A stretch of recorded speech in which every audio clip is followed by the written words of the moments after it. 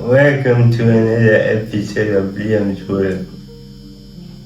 Right now, I am here with Coach Chris Wells. And thanks for having me here, Liam. You're welcome.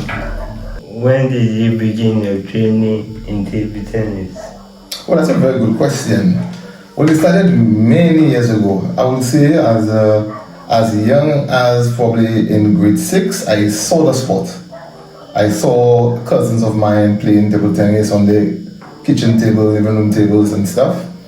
And then when I went to St. Mary's College, that's when my eyes totally opened. I saw so many students playing, and like break time, lunchtime, all students would rush to the gym to play table tennis, and that caught my attention, and I got excited. And almost every student in my class had a table tennis racket, and that's how I actually got started in the sport. Then later on, I got my dad to build a table for me at home, and that's where I started to play with a few friends of mine who lived close by, and I was able to raise my level to at least better than basic, to the point that when I played my first tournament, which was in Form 3 in 1992, I remember that clearly, I placed third in the tournament. My first ever tournament, I placed third.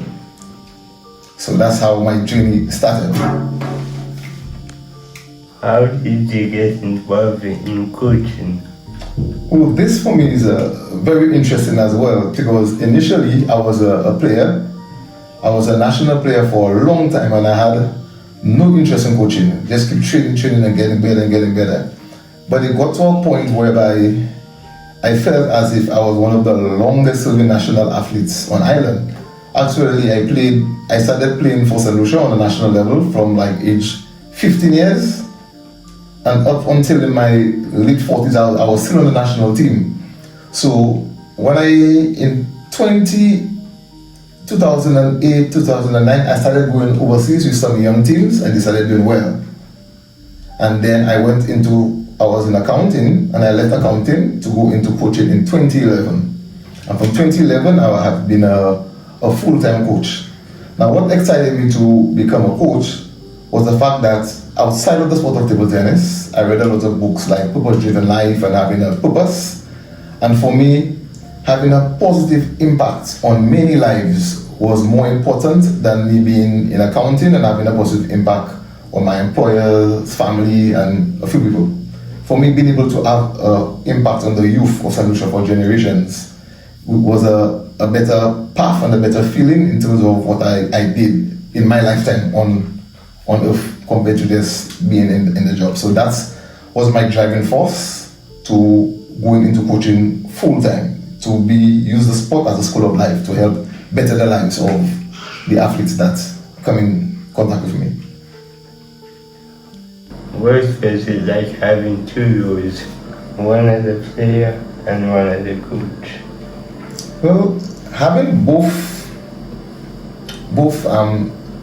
titles, or having to carry out both duties, initially it didn't seem difficult. It was kind of easy at first because I was a passionate athlete, and initially as a player representing St. Lucia, sometimes you would have your teammates playing on other tables, and you'd have the main coach coaching one player. So I got opportunities where I would have to sit with one of my teammates to help coach them whilst I was a player, until eventually I became a coach when I got certified to be a coach, and then I was like a player coach. Now, initially as a player coach now, I represented St. Lucia on the senior national team. However, I coached some of the younger athletes, like the under 11 athletes, the under 13 athletes, so I would travel with the younger age group athletes and coach them overseas, so it wasn't that difficult. But as I got older, and I was on a national senior team, and to train as a national player and have the younger players, up-and-coming players playing extremely well, it became a little more tedious. And so by 2011, I went into coaching full-time, and then I was still an active player. So that in itself brought its own challenges as well during that period of time. Okay, but that's how I was able to balance the two. But it's all about having the passion for what you do. And you find that when you have passion for something, even if it may seem difficult, things always happen to make it work out. And so far we have been very successful in terms of our results, even if it seemed very difficult to manage the two. And I was a player for let's say like 30 years, and I've been coaching full time for like 15 years, and about 20 years I've been coaching, but 15 years full time coaching. What is your current role in the St. Lucia National Table Tennis Association?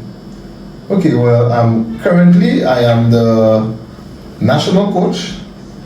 I'm also the tournament director, and to some extent I operate as a PRO as well, since I run the tournaments and normally have to write out the results to give to the media, etc. as well. So this is basically my role in the National Table Tennis Association. Where do you publicize the results? Okay, well, basically for the results, we normally send the results to the different media outlets, whether it be by radio or by television. Sometimes send to the news networks, whether it be Calabash or HTS or DBS, or sometimes we send it through Terry Finisterre, who puts it on St. Lucia Times, or we send it to Winners TV, or we send it to Mr. Michael Pierre, who sends it out in the morning on the banter, send it to Reds Pereira, or we normally send it on our Facebook and Instagram page as well.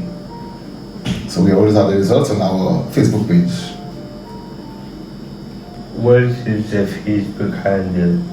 Oh, it is St. Lucia Table Tennis Association. Do you ever get bored of table tennis?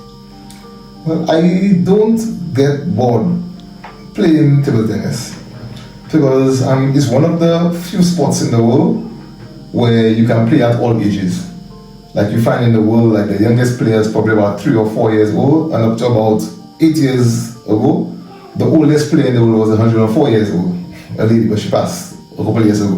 104 years, still competing in tournaments, in the veterans tournaments, about 90 age group tournaments and stuff. So for me, I do get bored because there is so many different types of equipment, and the sport keeps evolving so much that as a coach, it creates a level of excitement to learn the modern techniques that you could actually share with the athletes that you actually coach. So there's always, once you're doing something where you always have to keep learning, and you're excited about learning the new things, it becomes difficult to get bored. But once you learn something new, you can now apply it. You can now apply it and say, okay, back in my days, I didn't know how to do this thing, but okay, had I known how to do these things before, I could have won more points, more matches.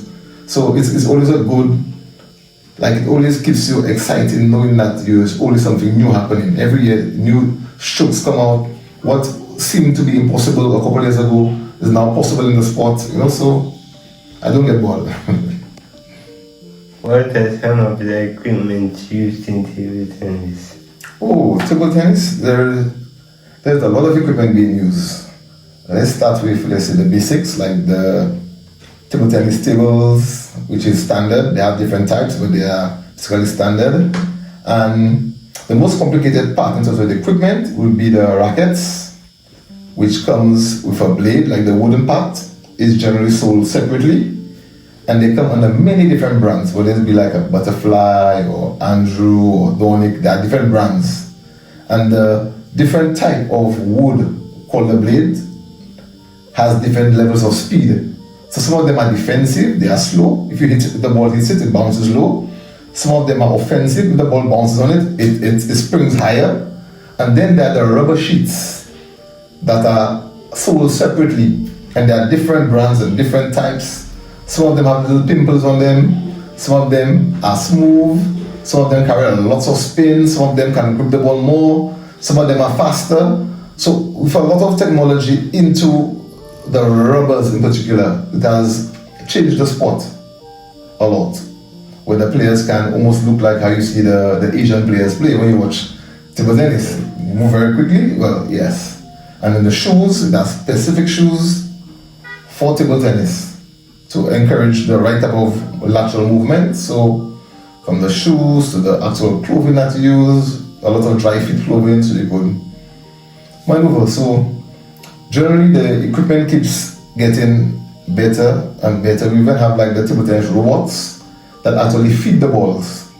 So repetition is the mother of skill. So when you're learning the strokes, like to improve your technique, you can have a robot send the ball to one particular place with the exact timing that you can keep doing the stroke over and over until you perfect it.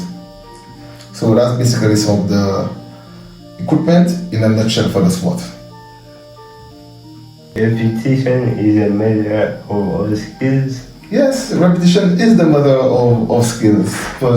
Take for instance, when we were younger, right? We had to learn the alphabet and we had to be over and over A, B, C, D, E, F, G. Even if we couldn't say the middle part properly, we used to say L, L, O, P, whatever, but we kept doing it until we got better at doing it. And so there's also another saying where they say, fear the guy who practiced one kick 1,000 times over the guy who practiced 1,000 different kicks once. For the guy who mastered one type of kick, that kick can become a very dangerous kick compared to a guy who tried many different kicks but only wants to practice it. So hence we go back to repetition is the mother of skill. Because once you keep practicing something over and over, you have to get to the point where it becomes automated, where you don't even have to think to do it. Like how we breathe, we never go every day in, exhale, inhale, exhale for our lives. We just breathe and it's normal, it's part of us, it's automated. You know, we don't have to think of doing it. Yeah. Have you ever heard of the 10,000 hour rule? Yes, I've heard about it. Yes, to become a master at anything, you have to accumulate the sum of 10,000 hours in that field to become a master at it. Yes. And that's, I can agree with, because when I did one of my coaching courses, okay, the 10,000 hour rule, it has to do with what they call deliberate training, which is the traditional way of training, where you train a lot of repetition over a long period of time. Usually, they normally say it takes about 10 years, giving about 1,000 hours per year. In 10 years, you can become a master. However, I did a high performance course, and they didn't debunk it, you know. However, they said there is a way where you could short circuit the 10,000 hour rule. And the way they're able to do that, that's why you find sometimes you get athletes who are very young, doing well at Olympics and medaling at Olympics. You get some athletes at 13 years medaling. For my sport, table tennis, we had a 13-year-old get into the top 10 in the world. So do you see that athlete had 10,000 hours of training? What happened is that they train a different method called the ecological way of training, whereby you get the athletes to train in reality as much as possible. You keep them training in an environment that simulates a competition environment. So they don't have to make adjustments, too many adjustments when they go in a competition setting. Like, okay, I've been training in a small venue, I'm now in a big venue with cameras in my face, I'm nervous. No, they train from beginning under these conditions. So when you have athletes training under these conditions, training in reality, you find that they're able to accomplish what persons would take 10,000 hours to accomplish in, let's say, 4,000 hours. And that's why you find you're having younger and younger athletes getting to world-class levels in many sports. Okay? Okay. How do you enable upcoming athletes with a winning mindset? Okay, well, in terms of mindset, well, first of all, it has to start with me as an individual. How do I carry myself and what do I do? Because if I want to create athletes at a level 80% and above, I cannot be at a 70%. So that means I have to spend time growing myself, reading more books. So I read a lot of books like Think and Grow Rich, John Maxwell, books from Napoleon Hill, How to Influence People, Personality Plus Understanding Personality. So, I mean, it takes me about 10-15 seconds to determine someone's personality and have an idea of some of the traits and habits. I don't always tell people, but then it takes a very short time. I do tell them, but I know. Understand? So when you read a lot, you then become empowered to a certain point. If you read the right books. And so, if you read books like The Purpose-Driven Life, you'll know that if you want to get your athletes to another level, it has to be more than just you and the athlete and just a sport. You have to be almost like an integral part of the athlete's life. You have to have an idea of where they live, who their parents are, or if they are with parents or a guardian or a cousin. You have to have an idea of these things, what their situation is like, you know. Do they get to eat breakfast at their home? Do they eat breakfast? Do they have money to go to school? You have to know everything. When you do that, because there's also another saying, people don't care how much you know until they know how much you care. And there's another book I read called The Speed of Trust. When people have a high level of trust, magic happens. So if you could build trust in any organization or anything between the coach and the athletes, then it becomes magical. They'll move to any beat of any drum and they will accomplish whatever. Because whatever you say, they'll know it comes from a good place. And then they will react based on that type of nature. Also, by helping to curb some of the negative mindsets they may have. Example, I'm here with you right now. Even the words on my shirt is a positive thing.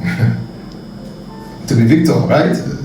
Victorious, you know, so it's that type of thing. So normally when my athletes speak, I will say, be careful what you say, it will come true. So they learn they have to have the right mindset and speak what they want into their life and not what they don't want. So if they're playing a match, they're not supposed to make statements like, I'm not going to lose. But the word lose doesn't create a positive image in your brain. The word lose is a negative word. So even if you say, I'm not going to lose, say, I'm going to win.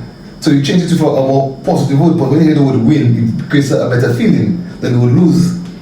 And so they have to learn how to change how they speak and some of this nature. Once you're able to do these things and create a habit, it becomes part of the environment, and then the players can correct each other when they make mistakes and stuff of that nature. And it's also good for them to see examples of when among themselves they say something negative in that regard, and I call it out and say, hey, so what they said there, what's going to happen? And they see it actually play out that what they said actually came true. This guy spoke negative in his match and he lost the match, and he was leading and he lost, and they have countless examples. So they are convinced that, hey, I need to see the right things or have the right mindset of winning. A winning mindset means I cannot add negativity into that thought process. And once you have a number of athletes thinking like that, it becomes part of the environment. And then everyone can now grow with that same mindset. But at the end of the day, you want to grow athletes that can be productive persons in society. So that's always the ultimate aim. And table tennis is the vehicle to help them to grow, understand themselves better. So whatever field they want to go in after the sport, they will always become very good at achieving whatever they want to achieve. The sky is the limit. But in the sport, we always ensure that the athletes, we set goals every year, and we work to achieve the goals. So if you create a habit of goal setting, achieve, and man is slave to habit, not logic. So if you create habits that we are accustomed of winning, no matter what area of our lives, we can make the effort if we choose to and win in other areas as well. It's all about the mindset and creating that mindset. But it starts with the coach going first and trying to be the best example they can, out in public, etc. What advice do you have for a young person who wants to play table tennis? Okay, well, the advice I would give a young person is that it is a very good sport. It is a sport that the chances of getting severely injured is highly unlikely.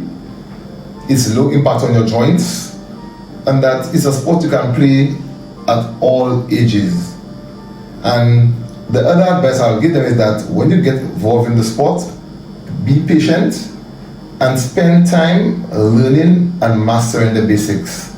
Once you have the patience and the discipline to work to mastering the basics, the sport becomes extremely fun for you, because it's one of the sports where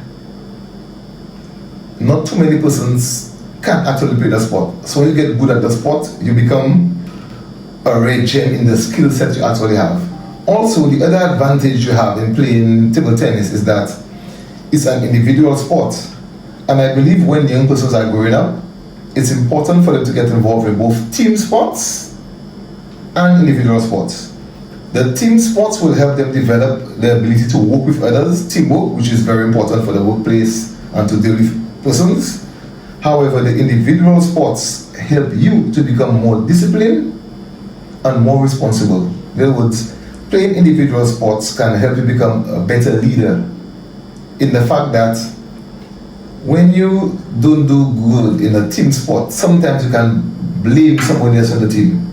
Like if the team doesn't do well, we all lost together. Example, not in any sport, let's say you play football or soccer, and then the team loses. Somebody can say, man, that goalkeeper should have blocked that, saved that goal, or that defender, he didn't run back fast enough. They can blame someone. Now, if you play in a sport like table tennis and you lose a match, who do you blame? You can't blame anyone. So you learn now to reflect internally and say, you know something? If I don't like the feeling that I have when I lose, what do I do? The only thing you can do is to go and work harder. Work harder to develop your skills so you can have a better performance the next time.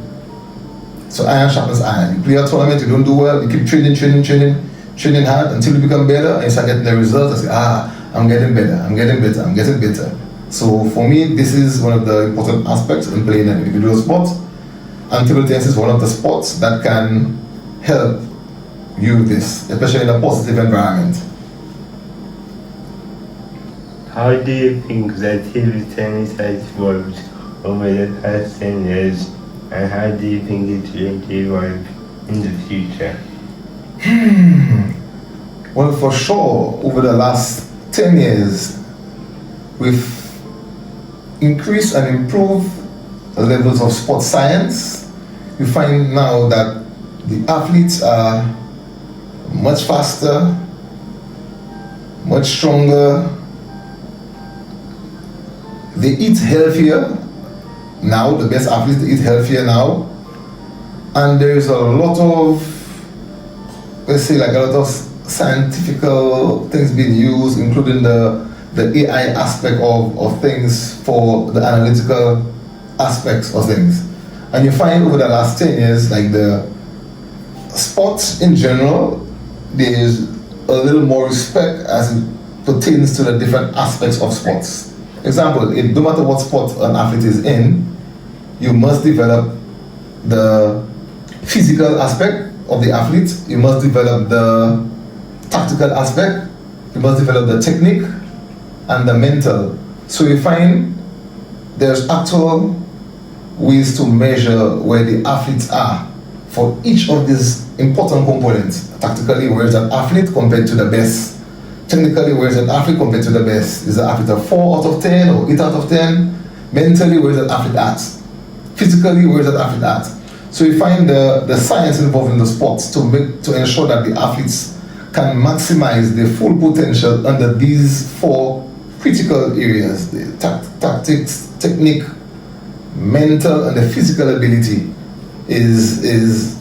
has improved to a point. And now we have the AI aspects of analytics, which has made the sport more difficult for the best players to maintain being the best players. And over the next 10 years, with things that have not been invented yet, who knows how difficult the sport's going to become. When you have more analysis, for fine-tuned analysis, they'll be able to analyze the mental capacity of this athlete compared to this athlete to a T, where they could almost predict the outcomes at a higher percentage based on all these factors. How do you incorporate artificial intelligence into table tennis? Well, personally, I don't incorporate the AI aspect to the actual coaching. However, there are programs and apps that cost quite a bit of money that are available Example, there's a particular app where you can actually tip an athlete training in practice for a certain period of time, and it will analyze everything, their technique, and let you know what they need to change, what they need to improve on. It gives you a full synopsis. But these apps cost a lot of money. There are also the apps whereby you could actually tip a match. You have to put the camera in a particular way. You could tip an entire match, 2 players playing, and it's going to analyze and give you a breakdown of where this opponent rather hit the ball. You rather hit the ball to the person's backhand or the forehand. It will give you 85% of that person play attacking shots to this side of the table. They only play attacking shots to this side 15%, that side 85%, or that player gives long serves 60% of the time to that area and 20% of the time to that area. They have it pinpointed like this, like that accurate, and to the point where you could actually predetermine like certain athletes in the sport habits. Okay, this athlete is going to serve the ball there, and 90% of the time you're going to put the ball on that side because the AI has already analyzed all these things, so the athletes are willing to pay the money for these apps so they could have that artificial intelligence on their corner. For when they play matches, they can actually record their matches, do the analysis, and then come back playing better and stronger. But the apps cost quite a bit of money. What do you think is the biggest misconception that people have about table tennis? Oh, there are quite a number of misconceptions. The first one being, oh, it's just a recreational sport. The second one being, it is easy. The next one, you don't sweat playing table tennis. You don't have to move playing table tennis. It's an easy sport. These are the 3 biggest misconceptions because the actual answer is almost the opposite. The level of fitness you need at the high level for table tennis is no different from a high professional player playing soccer in a European league. The same running, building the endurance, doing sprints to be very fast, jumps, table tennis players have to do the same thing. Having a powerful core, strong core, they need to do all these things. However, the main things they need in table tennis is a high level of agility, balance, coordination, speed strength. These are the main things. But the conception that, oh, it's an easy sport, you don't have to sweat, and even at the schools level, when I coach at the schools, and sometimes schools, let's say, might give me a list of students to come to our table tennis program during the day, the school program. Sometimes you hear let's say, especially the girls, some of them will say, what, I didn't know we had to do so much work. But they'll see they have to go through an agility ladder, they have to do squats with like a dumbbell or the kettle drum, they have to do squats, they do a lot of jump rope exercises, and then we come on the table, we do work. Say, we didn't know we had to sweat, we didn't know we had to do all that work. They're always surprised that they have to do work in table tennis. That's those who just start playing the sport. They're always surprised that they have to do physicals in the sport. The people just come on the table and just do whatever they have to do and go home and that's it. So that's a big misconception, that it's easy, that it doesn't take hard work and you don't break a sweat, and it's only a recreational sport. If there's one piece of advice that you give to your younger self, what will it be? Oh, well, in terms of the sport, I would tell myself, you better start reading these books that I read at a much older age when I was younger, because it helps you with the right type of mindset that can help you go through challenges better. But when you're young, you go through challenges, and sometimes a challenge that's a level 2 can seem as a level 9 challenge, and it can throw you off or distract you. But if you have a powerful mindset and you read a lot of books, you can dissect and keep focus on your goal or your prize, whatever you're looking towards. You could keep that as your main goal and look at all these obstacles as part of a story that you will give in a later date in your life.